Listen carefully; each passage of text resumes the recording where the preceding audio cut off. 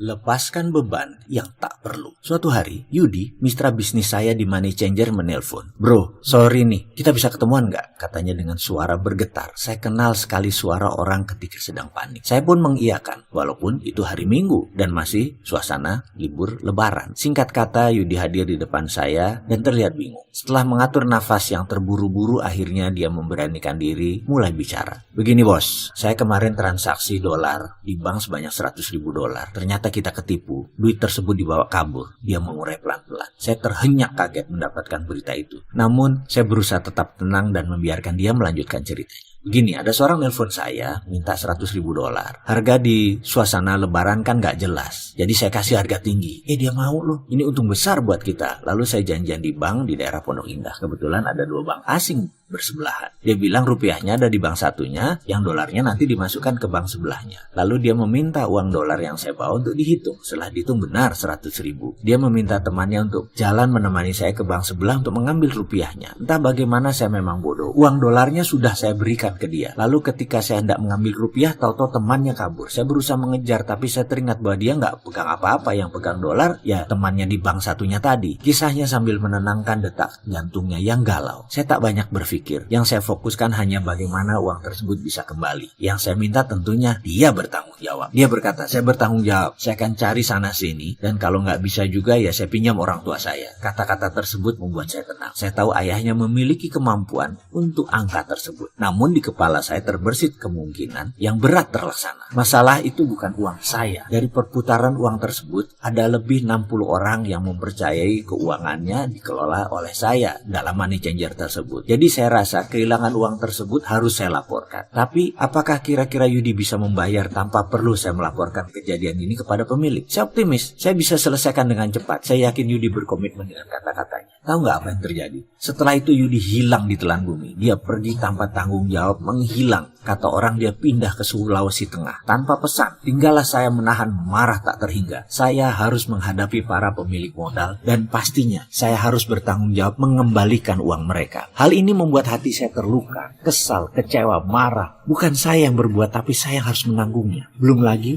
ini hanyalah satu di antara puluhan peristiwa yang membuat saya jatuh bangkrut pada tahun itu. Ketika saya teringat Yudi, muka saya murka, wajah saya memerah, dan saya kecewa. Kemana mencari orang seperti begini? Dan kalaupun dia datang, tapi nggak mau bayar atau tidak mau tanggung jawab, saya bisa apa? Dalam renungan, saya melewati hari-hari di rumah, saya teringat kembali Yudi dan kembali saya marah. Namun ada pelajaran yang saya dapat di salah satu workshop. Katanya, jika saya masih memendam marah pada seseorang atau sesuatu, saya akan terkena looping, memutar di tempat dalam pikiran dan hati saya dan tidak akan keluar sampai saya melepas hal tersebut dalam pikiran saya. Benar, saya harus melepas kemelut dalam pikiran. Tapi bagaimana saya melepasnya? Kalau saya ingat namanya aja saya marah. Pelajaran tentang prosperity conscious sangat jelas. Tidak boleh ada hal negatif atau berlawanan dengan kemakmuran. Karena hal itu membuat konflik interest dalam pikiran. Otak manusia hanya bisa memikirkan satu hal. Jadi jika ada yang lain akan mengantri di belakang pikiran yang sedang difokuskan. Bagaimana uang bisa datang kalau yang di depan adalah kemarahan terhadap Yudi? Kalau mengikuti materi prosperity conscious, saya harus memaafkan Yudi. Ya, sekali lagi, memaafkan, mencintai, dan mendoakan dirinya sukses selalu. Ini pelajaran gila menurut saya. Saya harus mengasihi sampai benar-benar tulus kepada orang yang melukai diri saya. Ego saya mengatakan saya tidak akan pernah bisa memaafkan pengecut ini. Tapi di sisi lain batin saya mengatakan saya ingin hidup damai dan penuh kemudahan. Untungnya saya bukan orang yang rumit. Untungnya saya bukan orang yang senang susah. Saya lebih baik berdamai dengan diri sendiri. Poinnya begini, bayangkan saya di hadapan Anda. Lalu saya meminta Anda mengangkat kedua belah tangan Anda, telapaknya menengadah ke atas. Di tangan saya ada satu buah bolpen dan satu buah ponsel. Bolpen saya letakkan di tangan kiri Anda. Ponsel saya letakkan di tangan kanan Anda. Dan kemudian saya akan bertanya kepada Anda sahabat, mana yang lebih berat? Anda pasti mengatakan ponsel di tangan kanan yang lebih berat. Lalu saya angkat ponsel tersebut dan saya letakkan di meja. Bolpen masih di tangan kiri Anda. Lalu saya bertanya sekali lagi kepada Anda sahabat, bolpen ini ringan kan daripada ponsel? ponsel? Anda pasti jawab benar. Lalu saya akan bertanya, bagaimana jika bolpen di tangan kiri ini Anda pegang 5 jam ke depan? Apakah bisa? Tentu Anda akan bilang, berat menahan bolpen selama 5 jam di tangan. Pertanyaan saya adalah, yang berat itu bolpennya atau lamanya? Anda pasti menjawab lamanya. Nah, inilah yang saya maksud dengan masalah saya tadi. Jika saya menggenggam terus kemarahan dengan Yudi, maka semakin diulang, semakin memberat. Semakin lama saya pegang, semakin berat. Saat itu juga saya memutuskan untuk menjalankan apa yang saya pelajari, yaitu forgiving of others. Saya memutuskan untuk mencintai Yudi dengan tulus dan utuh. Saya bawa dalam doa. Setiap saat saya teringat Yudi, saya doakan dia. Saya lupakan semua peristiwa yang telah dia lakukan. Saya lupa berapa lama saya melakukannya. Saya hanya ingat yang ada hanya ketulusan. Saya sudah mengikhlaskan semuanya. Suatu hari ada telepon di ujung jauh. Waktu itu belum ada handphone, masih handphone rumah. Handphone rumah berbunyi. Ternyata Yudi menghubungi saya. Dia meminta saya menyempatkan waktu bertemu ayahnya yang sedang sekarat di rumah sakit di bilangan Cempaka Putih, Jakarta. Saya mendengar keseriusan suaranya dan saya pun setuju mengunjungi ayahnya yang kala itu di ICU. Saya kenal ayahnya dan saya heran ayahnya minta saya datang. Yudi kemudian menjemput saya dan mengawali dengan basa-basi singkat. Kami pun menuju rumah sakit. Dalam perjalanan, Yudi cerita bahwa ayahnya bertanya apakah Yudi punya masalah. Yudi pun menceritakan peristiwa tertipunya uang money changer waktu itu. Ya kemudian dia kabur. Ternyata ayahnya berkata kepada Yudi, kalau kamu tidak melunasi kewajiban tersebut, kamu tidak saya anggap anak. Demikian ayahnya berkata dalam keadaan sakitnya di ICU. Karena itu Yudi memutuskan untuk membawa saya menghadap ayahnya di malam itu. Saya datang di hadapan ayahnya yang hanya bisa dihadiri orang terbatas. Saya berdiri tepat di samping sang ayah. Saya dengar Yudi berkata lirih, Pak, saya janji akan melunasi utang saya kepada Wowi. Ini Wowi sudah hadir di samping Papa. Mohon maafin saya, Pak. Kemudian dia berpaling ke saya. Maafin saya, Wi. Saya janji akan melunasi utang semuanya. Suaranya yang terbata-bata dan perlahan itu ternyata bisa membuat sang ayah terbang. Wajahnya tersenyum tulus, dipegangnya kepala Yudi dan dia mengangguk pelan. Ya anakku,